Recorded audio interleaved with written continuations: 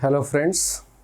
Let us start with a very good topic, very important topic, and a very started kind of a topic, which is preamble to the Constitution of India.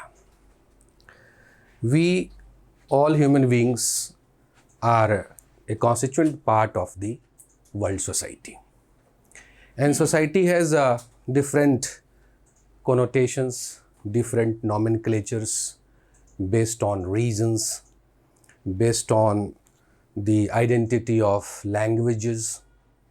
Societies are also based on racial identities, etc. So there are several forms of societies.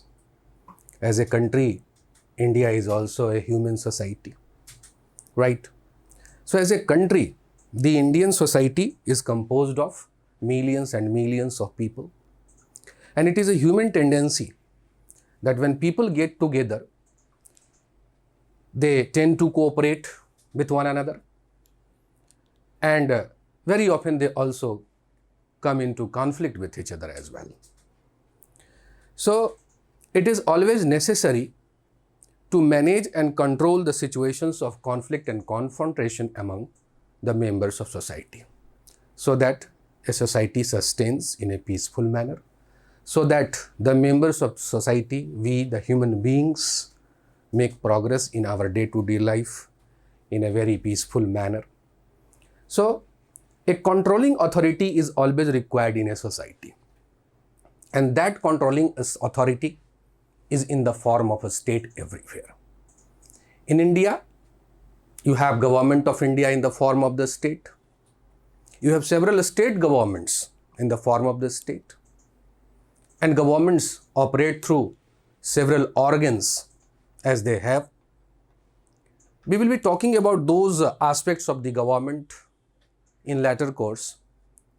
But here it is important to highlight that in a society, the government operates by law. Government has certain rules and regulations to follow in order to instill peace and harmony in society, right? And in order to achieve that purpose, law becomes the most essential or effective instrument. So a civilized society, an organized society cannot go without law, cannot work without law. Law is sine qua non. Law, in fact, is the most essential attribute of any orderly society. Law brings order in society. Order means proper arrangement, peace, harmony, balance. These are the attributes, these are the implications, these are the meanings of order.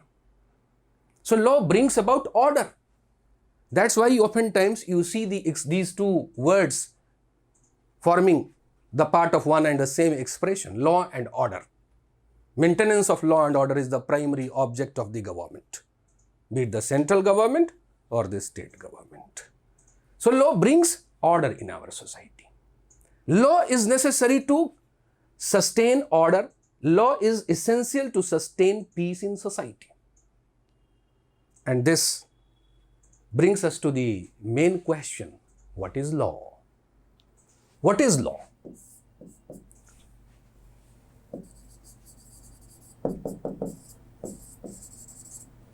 Jurists and political scientists have made their share of the efforts in order to define the term law.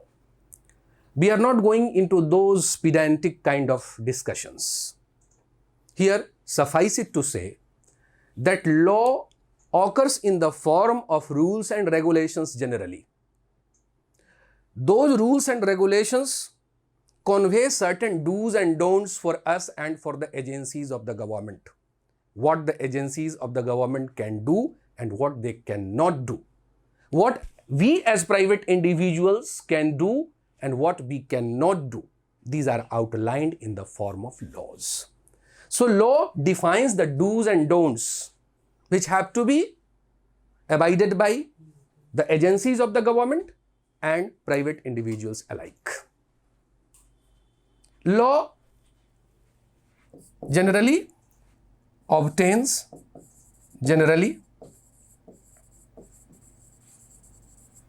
in the form of rules and regulations, the purpose of which is to ensure peace and harmony in society, to facilitate the endeavors of human beings in order to achieve progress in life. This is the purpose of law. But specifically speaking, law generally in our constitution, in our political setup, law generally occurs in the form of acts. The Hindi word for this is adhiniyam. Acts. For example, you have Right to Information Act. The Right to Information Act is one such act which was made in the year 2005.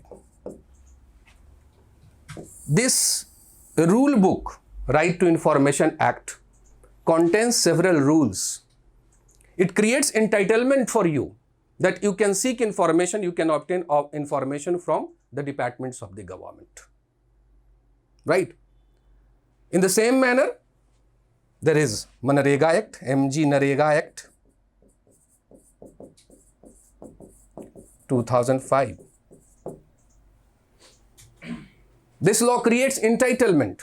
This law creates rights for the people of the country. They can seek employment from the government as a matter of right.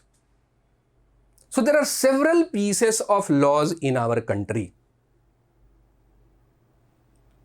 For example, Right to Information Act, Manrega Act, IPC Act, CRPC Act, they all carry with them a symbol of the time when they were framed. For example, Right to Information Act was made in the year 2005. Similarly, Manrega Act was framed in the year 2005. CRPC, Criminal Procedure Code, is also one such law which was framed in the year 1973. These are ordinary laws. They are in hundreds and hundreds. They are made more often than not in order to take care of the needs of the society. But among them all, among all the ordinary laws, there is one supreme law in our country, and that is known as the Constitution of India. Now, the Constitution of India is the supreme law of the country. It defines the constitution of the country. Constitution is what? A definition of the constitution of the country. And how is a country get constituted? It is too well known a fact that a country gets constituted on the basis of at least 4 factors. Land is the foremost among them. Without having a land, you cannot imagine the existence of a country being possible. Land is the most necessary factor. India has a vast land, so does America, so do other countries of the world. So land or territory happens to be the most important factor that constitute a country. Land cannot exist as a country in vacuum.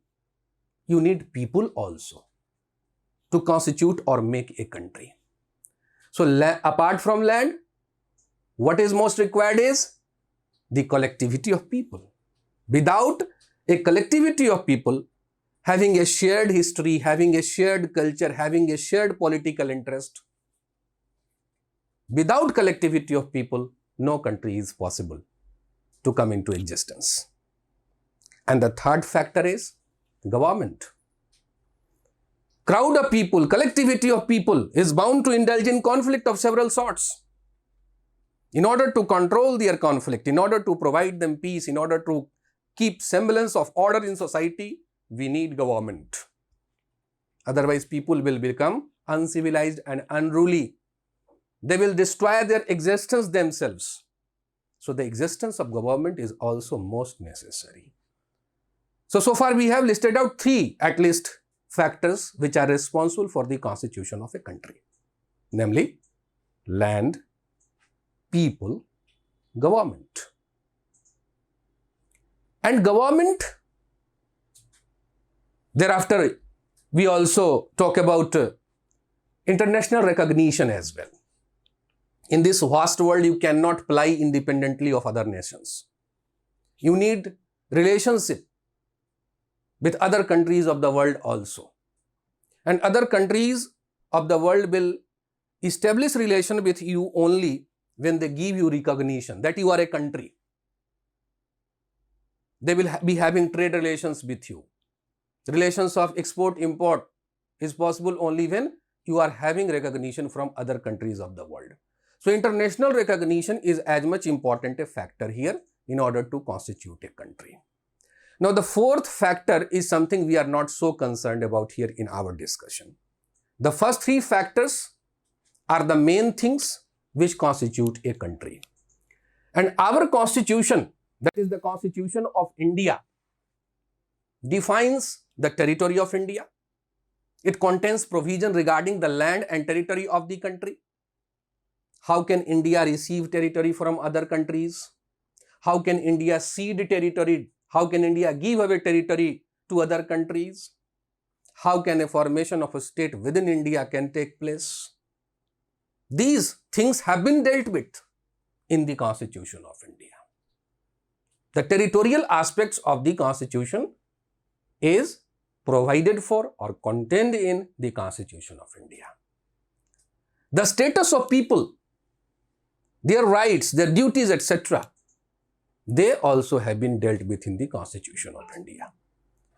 Because people happen to be the second most important factor constituting a country. So their status, people's rights, duties, etc., too will have to be defined, and that is what has been done in the Constitution of India. And the third aspect, as I told you, is government. So we have government in our country. And you will study later on that in our country, being a vast country, India has a federal setup. A country based on several kinds of diversity requires a very wide kind of or very effective kind of government to be in place in order to deal with the situation in the country. So in our country, we have central government and we have several state governments, 29 of them all. Now these governments, be it the central government or state government, they have their organs.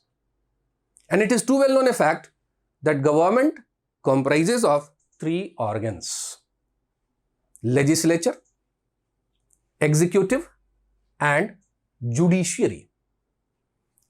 Government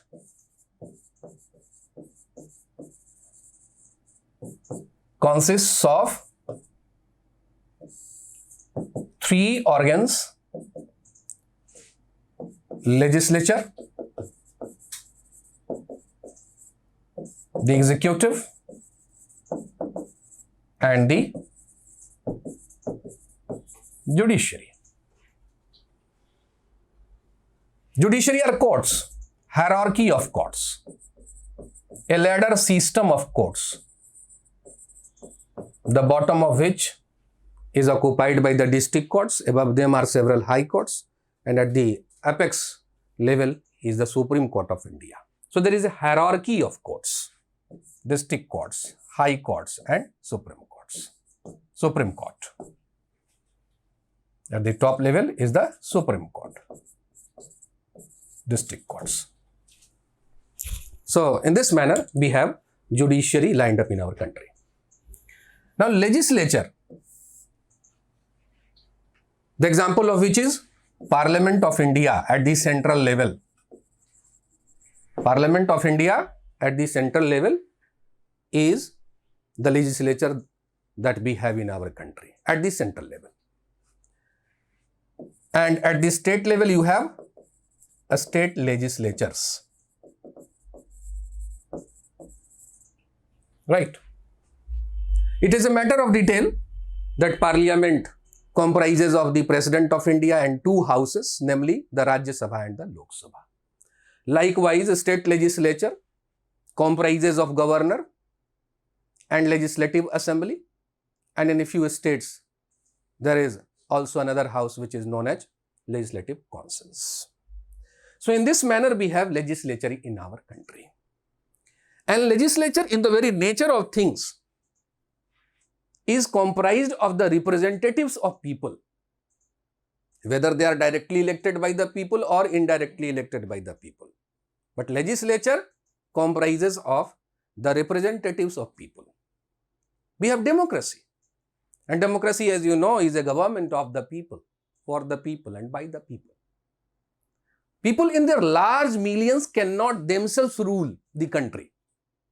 So they send their representatives.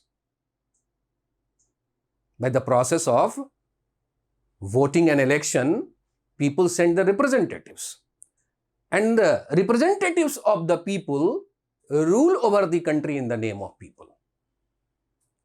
The representatives of the people make law for the country, make law for the people of the country. People have to govern themselves. Means a law has to be made by the people themselves. But given the size, large number of people, given the given the size of the population, it is almost impossible for the people to frame the law themselves. That's why this task is conveniently performed by whom? The representatives of the people. The representatives of people on behalf of the people frame the laws for the country. And those laws govern the people, their lives and property.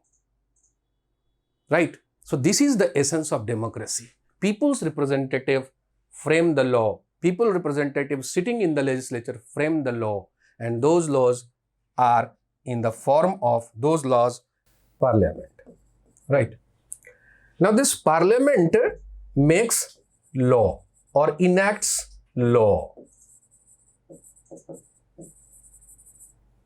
Right? Parliament, people's representative, make law.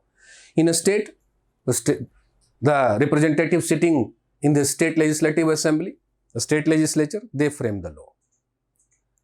So law is the essential function that parliament performs. Now, let us narrow our discussion down to this aspect of the subject. Law which is made by parliament in our country happens to be of two forms. One is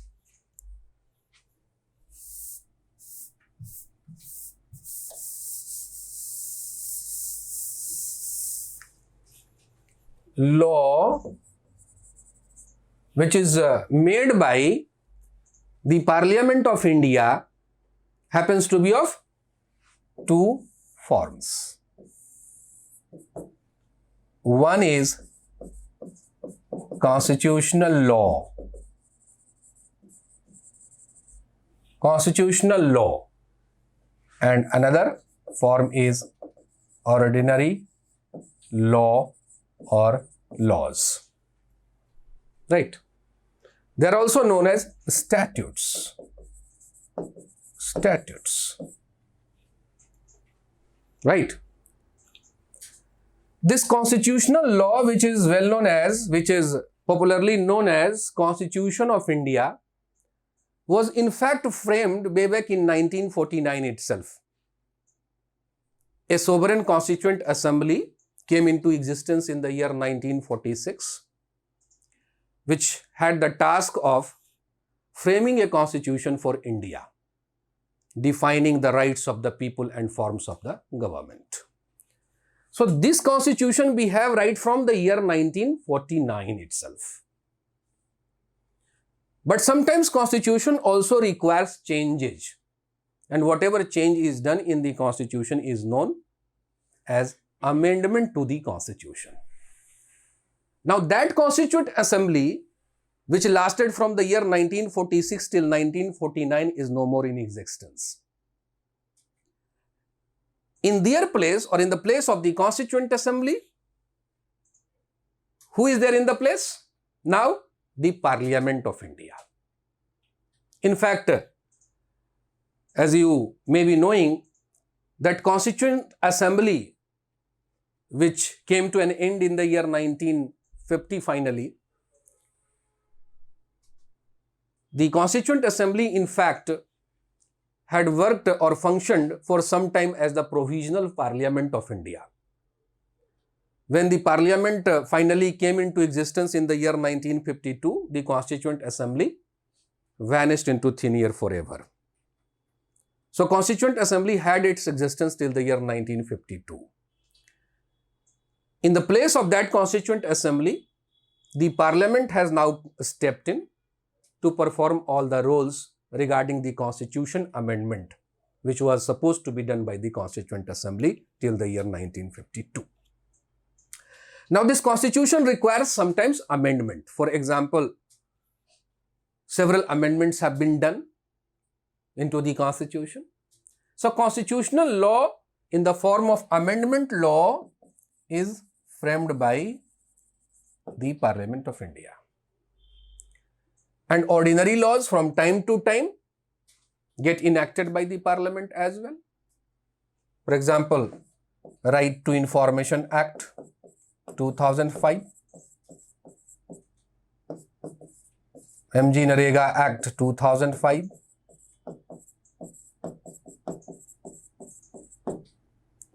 POCSO Act. These laws are ordinary laws. There are several of them, hundreds in number, right? So, these laws, when we are discussing the preamble to the Constitution, these laws are not of relevance, at least for now. What we have to focus on is the constitutional law of the country. Our area of concern here is the Constitution of India, in fact. And the Constitution, as you have learnt by now, defines the territory of the country. It defines the status and rights of the people of the country, and it also provides for the forms, the structures, and the powers and the duties of the government.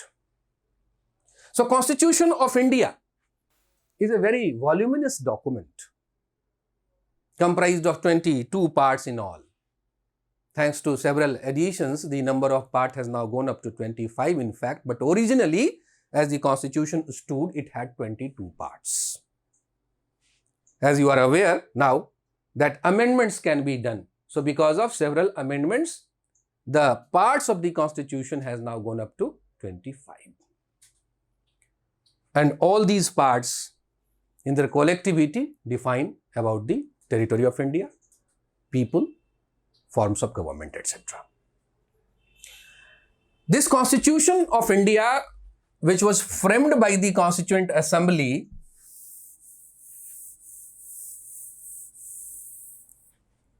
Constitution of India, COI, Constitution of India, which was framed by the Constituent Assembly, has its first chapter in the form of preamble. Right. This Constitution of India is like a book. It contains several pages, and the provisions or rules contained therein are known as articles of the Constitution. The main rules, the main provisions, the main things in the Constitution are known as what? Articles. There are several of them, 395 in all. These are the main things, main provisions.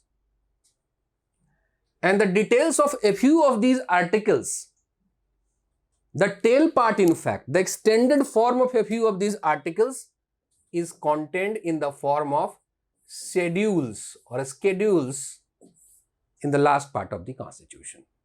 There are 12 in number, 12 schedules. Schedules, in the nature of things, they do not have separate existence as such. They are dependent upon a few of the articles for their existence. In fact, schedules are the extended part or the tail part of a few of the articles. The purpose of the constitution makers was to ensure that the language of article remains brief and effective.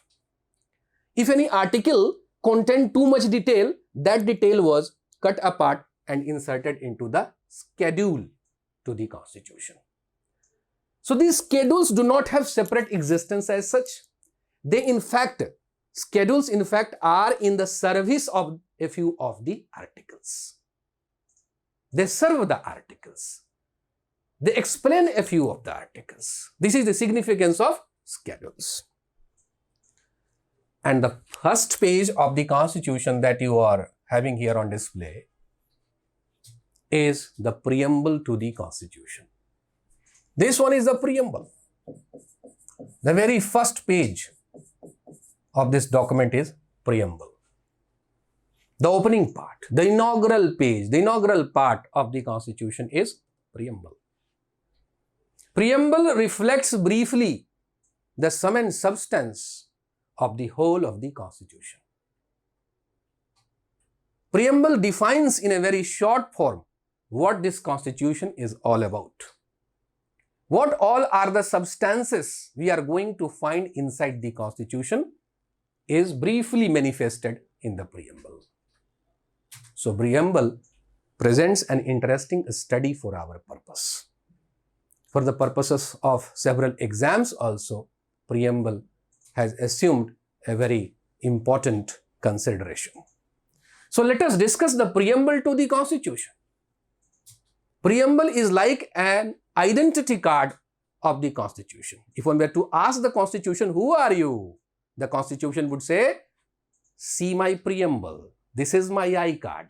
This is the identity card of the whole of the constitution.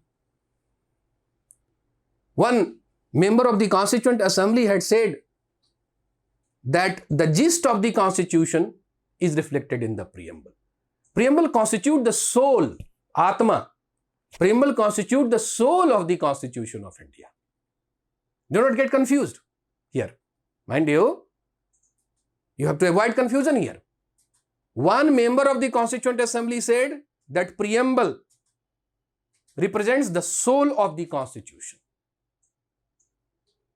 You tend to get confused by one such a statement, a similar statement made by Dr. B.R. Ambedkar about one particular fundamental right. When he was speaking of right to constitutional remedies, Dr. B.R. Ambedkar had said that right to constitutional remedies, one of the fundamental rights, constitute the heart and soul of the Constitution. That is a different fact. Heart and soul of the Constitution, in the words of Dr. B.R. Ambedkar, was obtainable in the form of right to constitutional remedies. We are not talking about fundamental rights here. We are talking of preamble here. And about the preamble, one of the members of the Constituent Assembly had said that this preamble represents the soul, not heart and soul, only soul of the Constitution of India. So remember this fact. Preamble represents the soul, the gist, the crux of the whole of the Constitution. It is like a menu. You go over to a hotel, you ask for menu, you cast a look thereat in order to find out what kind of dishes are available thereat. So this Constitution represents a kind of vast variety of dishes. If you want to get to know about them, you have to cast a look at the menu. What all are there contained in the Constitution? The menu will tell you all. So preamble is like the menu to the whole of the Constitution, right? So as I told you, preamble becomes a very important subject matter for discussion as we begin to discuss the Constitution of India in detail in later course. Now preamble starts with a very remarkable expression. It says, we the people of India, we the people of India certain words follow thereafter. At the fag end, you will find the words, in this Constituent Assembly on November 26, 1949, adopt, enact, and give to ourselves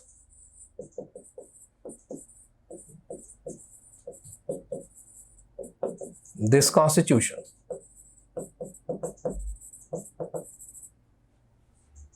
This is the beginning. These are the beginning words, and these are the conclusive words. If we read them together, we can draw certain definite conclusions of very essential importance. We, the people of India, are saying that in this Constituent Assembly, we are enacting this Constitution, we are adopting this Constitution, and we are giving this Constitution to ourselves. Means this document, this supreme law of the country, which is Constitution of India, is something that we have made in our own right. This Constitution of India is not an offspring of some external power. The Constitution of India is creation of our own. We have created this Constitution.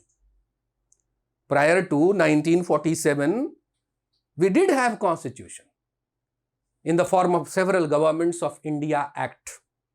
But those pieces of Constitution were framed where? In British Parliament. The source of the Indian Constitution prior to 1947 was located where at? In the British Parliament.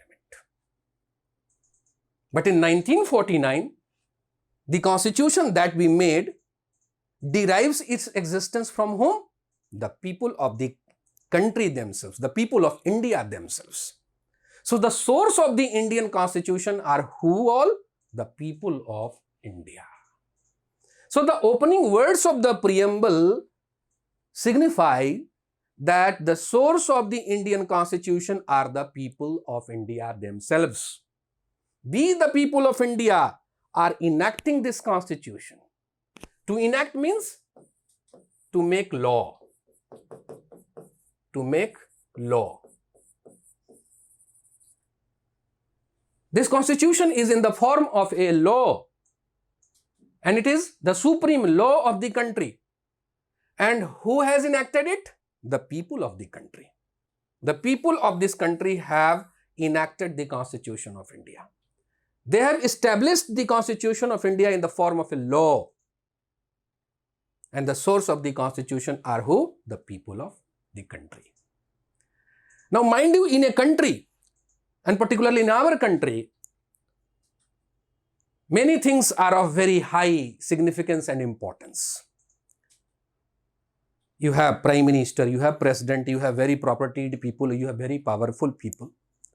But above them all is the existence of the Constitution of India. Be you ever so high, the law, the Constitution of the country is always above you. The Constitution is the supreme entity, the supreme law. And who have made the Constitution? The people in their collectivity have made this Constitution. So the people in their collectivity assumes a greater position above the Constitution of the country, because the creator is always superior to the thing created. We in our collective strength have created the Constitution.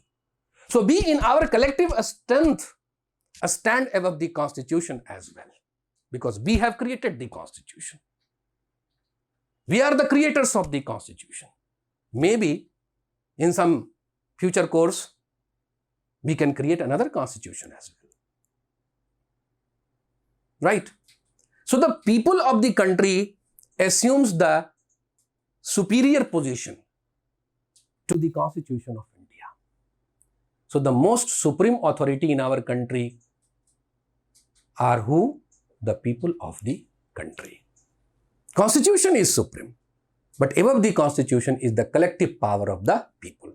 So the collectivity of people, we the people, are the supreme power.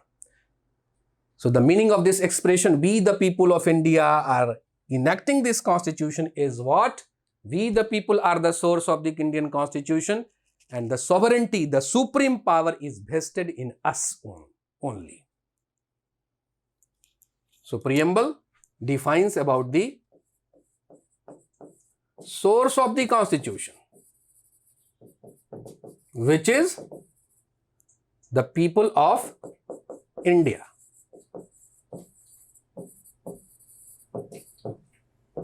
It also signifies the location of sovereignty. Where is the sovereignty located at? In the people of India. Sovereignty is vested in the people of India. People are sovereign. People are the sovereign. People are the sovereign authority. Right? The further word, adopted. We have adopted this constitution for the future course of the government, for the future course of the life of the people.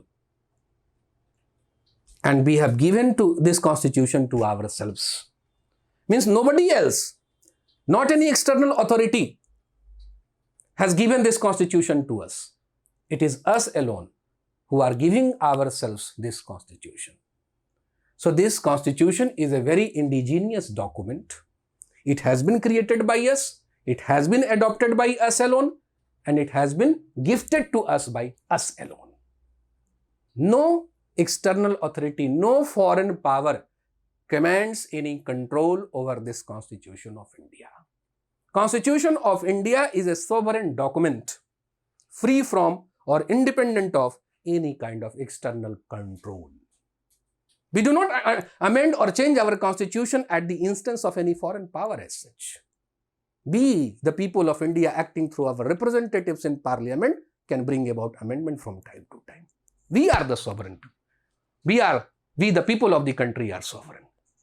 And this sovereignty is reflected by the Constitution of India.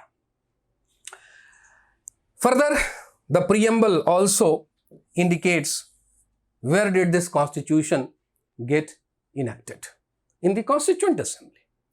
There was a Constituent Assembly, as I told you in the initial part of the discussion, which lasted from the year 1946 till 1950, and that Constituent Assembly framed the Constitution for India.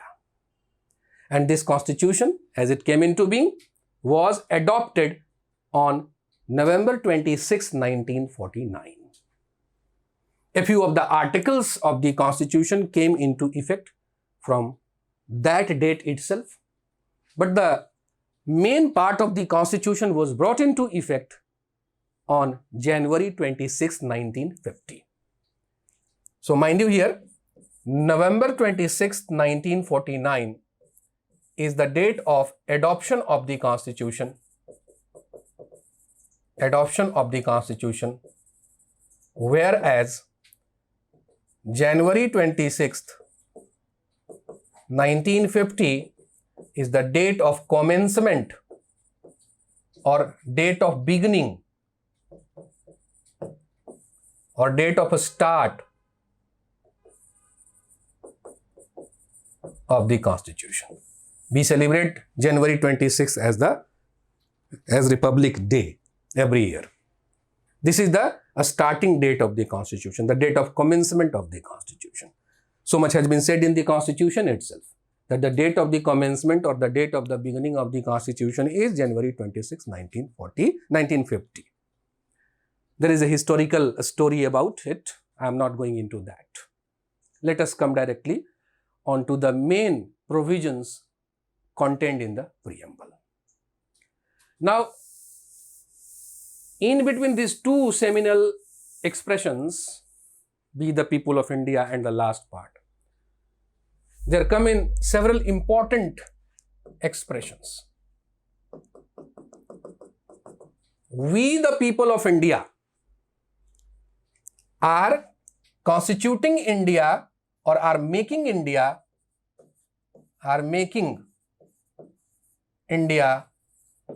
into a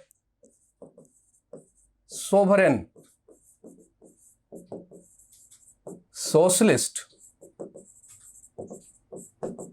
secular, democratic republic. This line will proceed further as well, and we will discuss later on. Now, this preamble at the very outset is presenting a picture of the kind of government that we have put in place through this constitution in our country. What kind of India has been made by the agency of this constitution? It is reflected very well in the preamble itself. India is a sovereign country. India, as constituted by this document, is a sovereign country. Sovereign country means an independent country. A country which is free from any kind of foreign control. A country which is free from any kind of external authority or pressure. In fact, all the countries in the world now claim that they are sovereign in their own right. Means they are independent countries. Prior to Second World War, majority of the countries in Asia and Africa were under the occupation of the colonial powers. They were not sovereign countries as such. India attained independence in the year 1947. It became a sovereign country. And this aspect of sovereignty, this status of sovereignty has been manifested or well enshrined through the Constitution of India. Constitution says that we are a sovereign country. Means in the committee of nations, in the grouping of nations, we operate independently. We can become partner of United Nations Organization, Commonwealth, SAARC, non-aligned movement, etc. We can become part of international organizations, but we will retain our sovereignty or we will retain our independence in all the manners possible. We do not give up our independence when we join United Nations Organization. We do not become a kind of slave when we become a part of Commonwealth of Nations. We maintain our independence all along. We behave as a sovereign country all along when we are operating on the international front. So, sovereignty happen to be of two kinds. One is external sovereignty, another is internal sovereignty. External sovereignty is when you are behaving with other countries in the world. And when you behave with them, you behave independently, and then you can say you are a sovereign country. If you are yielding to the authority of any other country in the world, then your external sovereignty just disappears. So, as a country, India has never given up its sovereignty on the fora of any international organization, etc. We behave in the committee of nations, we behave in the collectivity of nations like an independent authority, independent entity. We decide ourselves what is best in our interest. Now, internal sovereignty is what? Internal sovereignty is about deciding about the affairs, internal affairs of the country without being guided upon or without being controlled by any external authority. So, both ways we are sovereign, externally and internally as well. We are a sovereign country. This socialist word and secular word and one more word which will come later on, socialist, secular and one further word, integrity. They were never there in the preamble from the origin. Originally, these words were not there. By way of a constitution amendment in 1976, these three words came to be added into the preamble. Only once, mind you, only once this preamble has been amended, and that was in the year 1976. I will tell you later in detail. That was 42nd Constitution Amendment Act 1976, which inserted these three words, socialist, secular and integrity, into the preamble. Now, socialist word derives its existence from the great idea of socialism. Socialism as an ideology owes its origin to several revolutions that took place in Russia and in other parts of the world. Now, socialism is about social, economic, and political justice, equality of status, economic equality. They all are covered under the great idea of socialism. So, we are a socialist country. In a limited context, you can look at countries in two ways. One set of countries represent the example of socialist countries. Another set of countries represent the example of capitalist countries. For example, America is a very suitable example of a capitalist country, whereas erstwhile Russia or China or countries of the Eastern Europe, they were the classical example of socialist countries. In capitalist countries, you will find greater importance or premium being given to the capitalist class, businessmen of high clout. They are given all kinds of privileges. They are left free totally to generate income, because it is thought in capitalist countries that businessmen, capitalists, entrepreneurs, they invest, they create business and they earn income. In the process, they generate wealth. And that wealth, by some trickle-down process, gets distributed among the masses. People get employment, people get income through that. So this way, capitalist country work. Private businessmen are given maximum liberty there. Government runs very least interference in the matters of businessmen. In America, you have very less control and regulation over business activities at the hands of the government. Government hardly ever runs interference there. But in a socialist country, the government plays a proactive role. The government sometimes also indulge in entrepreneurial or business activities in a socialist country. The government controls the business in a large way, in a big way, through the means of rules and regulations, laws framed for the purpose, etc. The governments also sometimes indulge in business. And in a socialist country, the idea is for the government to generate wealth and distribute it among the masses. It means government is burdened with several kinds of welfare measures that it has to undertake in order to provide employment to the people, in order to provide education to the people, in order to provide medical care and other kinds of facilities to the people. So in a socialist country, the government is all pervasive. The government is everywhere present in all kinds of business activities. And the government generates wealth. The government distributes the wealth in order to bring about equality and social justice in the society at a very large scale. In Russia, everything was under government control. Now, Russia has now come into a different shape now, but previously, Russia represented an example of a country where everything, almost everything was under the government's control. Government used to create wealth. Government would redistribute the wealth among the masses. India also in the original constitution had the ideals of socialism contained in the form of directive principles of a state policy.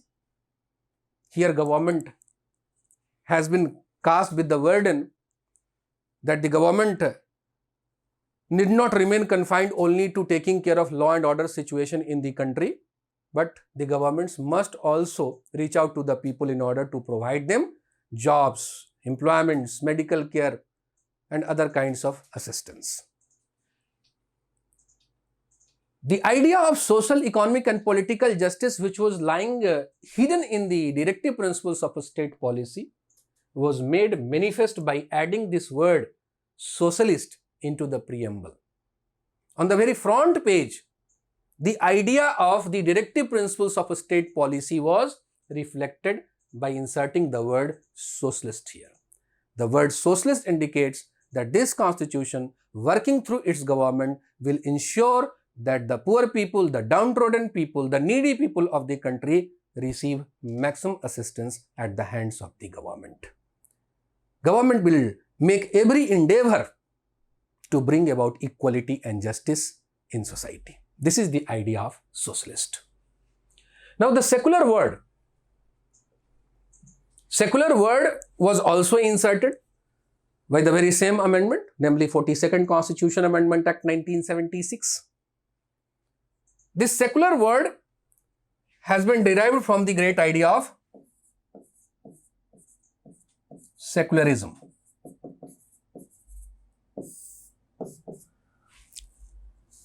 Plainly speaking, secularism, the idea of secularism partakes of religious independence, religious freedom. The brief definition of secularism is what? Religious independence or freedom of religion. Religion is an important aspect of human's life. Religion, in fact, sometimes constitute the very essence of human existence. We fight for religion, we die for religion sometimes. Right? So religion becomes a very important aspect of human society. And because of religion, you have several examples of confrontations, war, fight, internal weakerings among people. So religion has always been like a thing of conflict among people. There is a diversity of religion all the world over. You have Hinduism, Christianity, Judaism, Islam, Buddhism, Jainism, etc. There is a diversity of religion. And religious diversity sometimes gives rise to situations of conflict and confrontation among masses. And in a democracy, a particular religious group may receive priority kind of or a preferential kind of treatment at the hands of the government. For example, India is having a majority of Hindu population. Likewise, Pakistan is having a majority of Muslim population. Means in India, the maximum voters are who? Hindu people. In Pakistan, the maximum voters are whom? Muslim people. It means in India, the maximum number of representatives that will be elected by the people will be whom? The Hindu people. Hindu MPs. We do not define our MPs in terms of the religion, but plainly speaking, loosely speaking, majority of the MPs in our country will be whom? Hindu people. Likewise, in Pakistan, majority of the parliamentarians there will be Muslim people. So, in order to protect their vote bank, the governments or representatives of the people sitting in the government may feel like providing extraordinary treatment to the voters who belong to their religion alone. So, a policy of protectionism, a policy of preferential treatment is bound to happen in a democracy because the number of vote matters everywhere. So, sometimes also government tends to discriminate among religions in a country, right? And this creates a kind of dissatisfaction among those who are not receiving preferential treatment at the hands of the government. So, religious groups feel discriminated against sometimes. They sometimes complain of religious persecution. For example, Hindu population in Pakistan is often heard of saying that they are being persecuted, they are being tortured by the government there. So, people want religious freedom. People want least interference in the matters of religion from the government. the idea of secularism, in fact, which started in Europe, mainly comprised of separation of government and religion. The main emphasis of secularism in Europe was on separation of government and religion. Because Europe, the maximum countries in Europe are homogeneous society. Majority of them are Christian people. So, there in Europe, maximum countries of Europe, people in their individual capacity didn't have much complaint of their personal liberty in terms of their religious freedom or in terms of their religious beliefs, etc. What they have problem about was interference from the government. There, the church was interfering in the affairs of the government. Church was dictating terms to the government in England. Church was dictating terms to the government in several other countries of the European continent.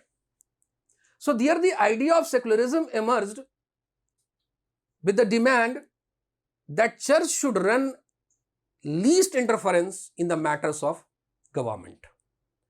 So, secularism as it emerged in Europe was mainly emphasizing upon separation between government and religion. Religious matters are something that should be left alone by the government, and church or religious priest should not be interfering into the affairs of the government. So, the emphasis was on separation of a state and religion. That is one aspect of secularism. Another aspect of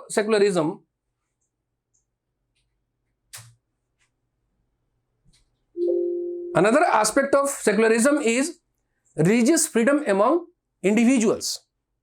In a pluralistic society like ours, we have several religions: Hinduism, Islam, Buddhism, Sikhism, etc.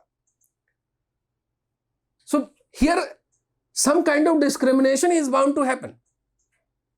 A minority religious group may feel like being discriminated against at the hands of the government or at the hands of the majority population. The minority group may feel like demanding that we should be given maximum latitude or freedom in our religious matters.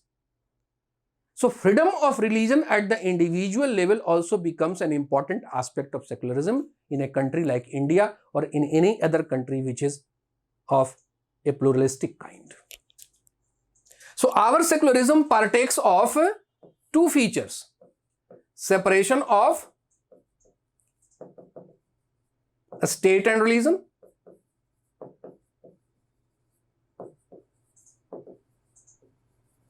and freedom of a religion at the individual level. Now, this secular word in the very preamble indicates that secularism is an important aspect of the Constitution of India. And in later course, we will study that the detail of this idea of secularism has been defined by way of Article 25, 26, Article 27, 28, 29 and 30 of the Constitution. There we have, as the people of the country, fundamental rights in the form of freedom of religion. We as a cultural group have a right to establish our own educational institutions.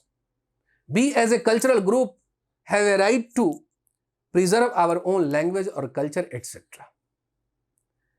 And a state has been given the responsibility not to interfere in the matters of religion.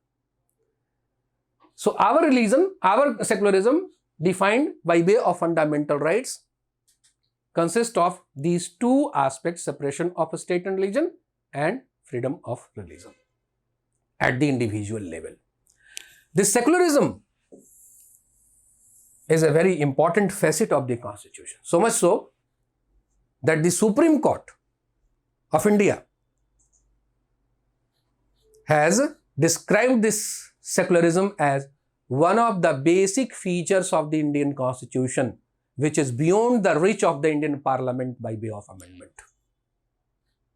You will learn in detail that inside the Constitution there has been found or there has been discerned a basic structure by the Supreme Court.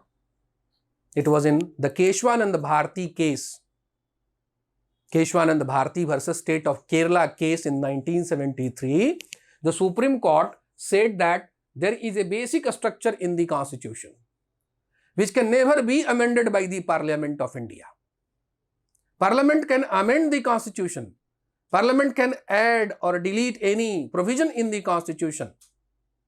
That permission is there.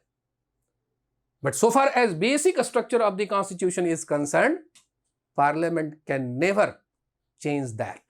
Parliament can never amend that. Now this basic structure, the idea of basic structure is an inclusive concept. It includes several provisions or several features of the Constitution. And all those features in fact have been listed out or have been explained by the Constitution of India from one decision of the Supreme Court to another.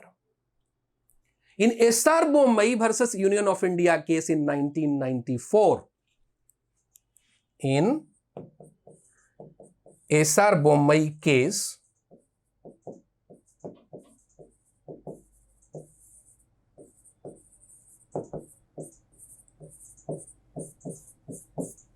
in S.R. Bommai versus Union of India case in 1994, the Supreme Court, Supreme Court said that this secularism is an important part of the basic structure of the Constitution. Means Parliament can amend the Constitution in any manner it likes, but no such amendment would be allowed which hampers or which disturb the idea of secularism as enshrined in this Constitution. So Mr. Modi, our great Prime Minister, may have a very gargantuan kind of majority commanding in Parliament. He can amend the Constitution to any extent possible. He can get amended the Constitution to any extent possible by Parliament. But he cannot remove this word secularism from the preamble or from inside this Constitution. India has to remain a secular country. So long as this Constitution stands, India has to remain a secular country. India can never be a Hindu Rashtra or a Muslim Rashtra or a Buddhist Rashtra, etc. India has to be a secular country forever, so long as this Constitution stands. And it is a good thing. We are a democratic country. The preamble says that India has been made into a sovereign, socialist, secular and democratic country. We are a republic country as well. We are a democratic republic in fact. What is the meaning of democratic republic? Let us first cast or look at democratic. Democracy is a very household name of government. Ever since the inception of civilization, you can say, governments have been there. But for the most part of the progress of human civilization, the kind of government that people had was in the form of kingship or monarchy or dictatorship. Previously, in majority of the countries, there was dictatorship or kingship. A country was ruled by a king, a monarch. Democracy was not in existence at that time. Democracy is a recent phenomena. It started in Europe and now it has come to stay almost all over the world. Democracy as a form of government has been defined famously by Abraham Lincoln, the former president of USA. He said famously that democracy is a government of the people, for the people and by the people. People are all. People are most important in democracy. They cast their vote, they elect their representatives, they control their representatives in one manner or other, and they change the representatives through the periodic elections that are held from year to year in our country. So we are a democracy because the elected representatives of people rule over the country. And the elected representatives of the country take into consideration the needs and the requirements and the welfare of the people of the country. So we are a democracy. Now a question arises that what kind of democracy are we? We are a parliamentary form of democracy. Democracy happens to be of two kinds. One is direct democracy, another is indirect democracy. Now, speaking of democracy, I would like to tell you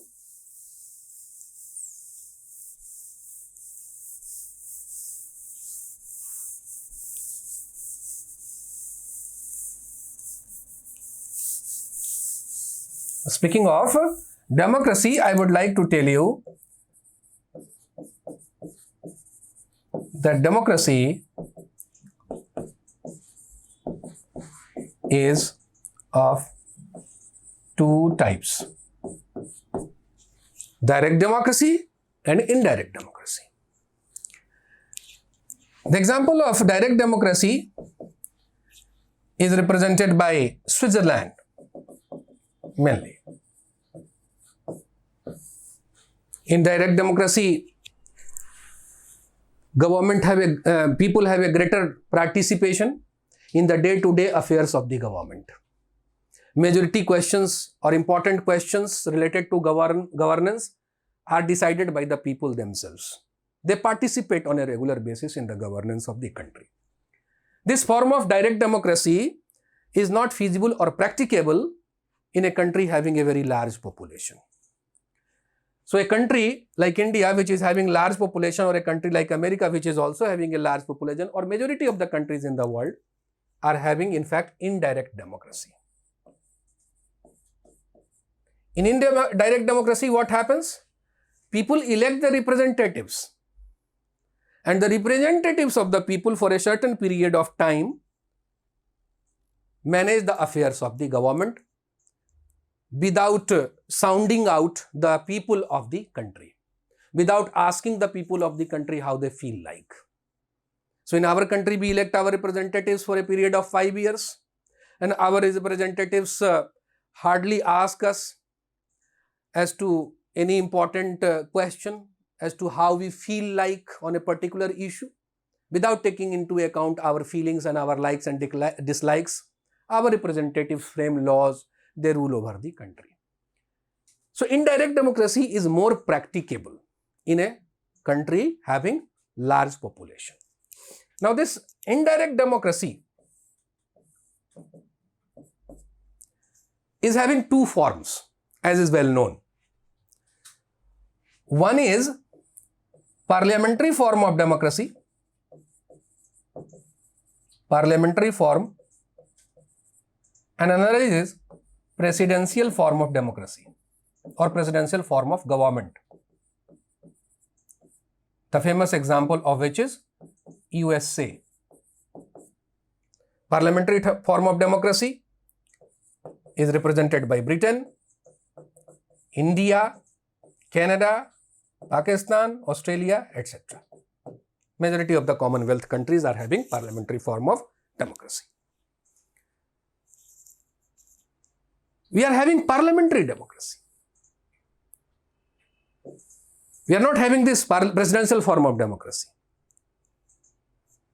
The difference between the two is what?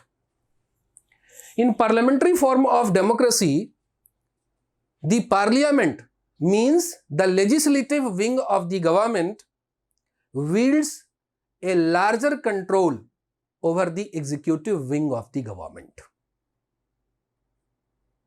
Government, as you are aware, comprises of three organs: legislature, executive, and judiciary. Right? Government is comprised of legislative, executive, and judiciary. This I had explained at the very outset, in the very beginning. So this legislature we have in the form of parliament here at the center, and this executive is obtainable in a twofold manner. One is political executive, another is bureaucracy or permanent executive. Political executive, under political executive we have president, Prime Minister, ministers. These political people are the political executive. They control the permanent executive, which is largely formed of bureaucrats, IAS, IPS, all the teachers, clerks, doctors, etc. All the government servants, majority of them, they are political executive. They are not having any independent status as such. They are largely under the control of the political executive. Political executive provide them policy guidelines and they implement the policies of the government. This is how it happens. Now, this political executive, which is president, prime minister, etc., and the parliament, the relationship between the two, the relationship between the parliament and the political executive is what serves to define whether we are a parliamentary form of government or a presidential form of government. In a parliamentary form of government, what happens? The political executive owes its origin to the parliament itself. The political executive derives its existence from the parliament itself, and the political executive remains answerable or accountable to the parliament itself. Means there is a close nexus or relationship existing between the parliament and the political executive in a parliamentary form of democracy.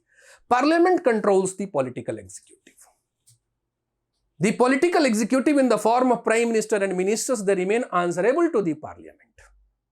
They can be removed by the parliament also. So, this control of parliament over the political executive defines that we are a parliamentary form of government. Whereas, on the other hand, in a presidential form of government, the situation is different. In America, they have presidential form of government. There the political executive is represented by whom? The President of United States of America, Mr. Donald Trump, and his secretaries. They are political executive.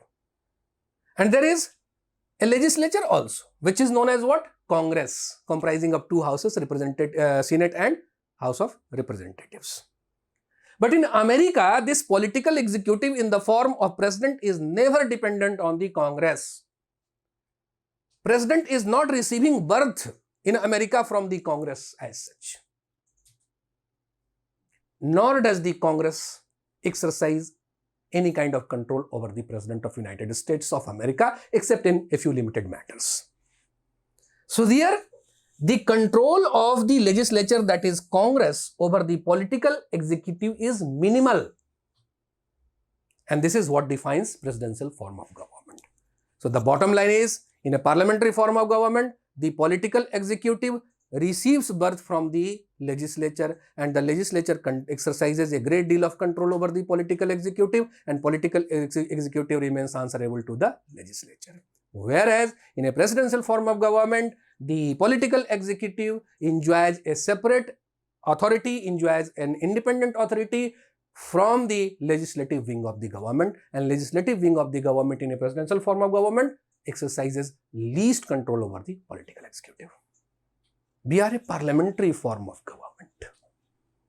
We cannot become presidential form of government. We sometimes play with the idea, we sometimes, toy with the idea of having in place the presidential form of government.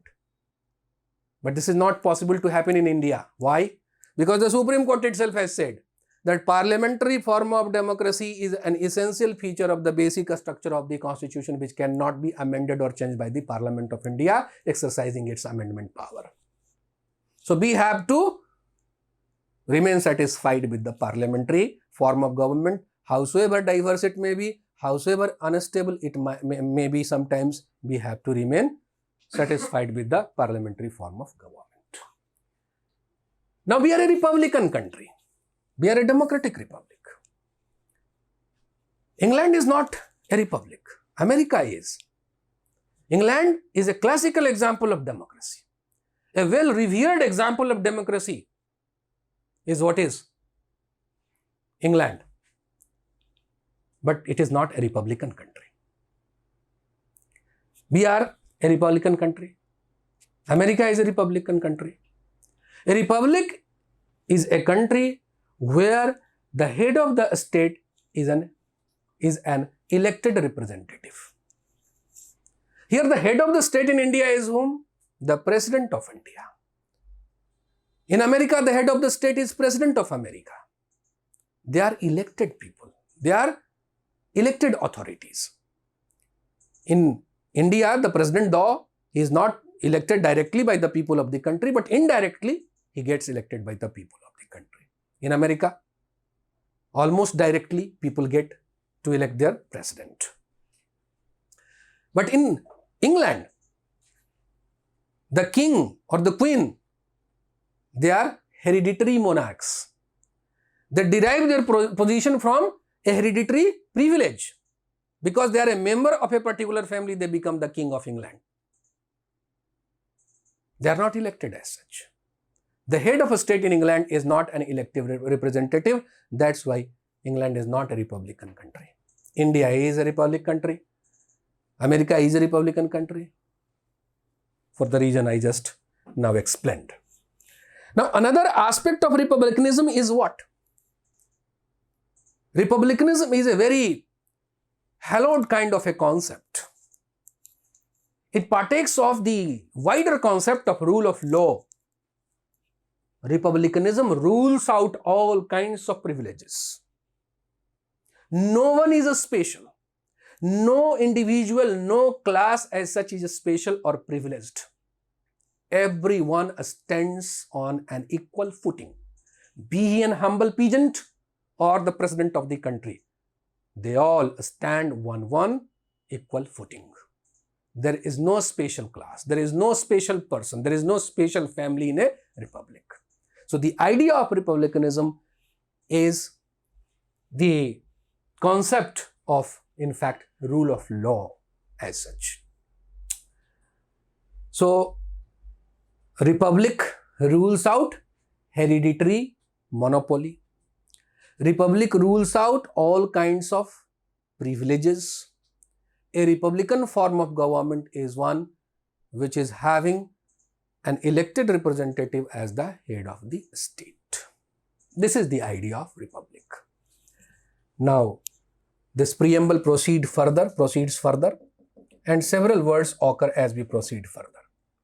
I will be explaining social, economic and political justice. I will be explaining liberty, equality and fraternity, etc. in the latter course of our discussion.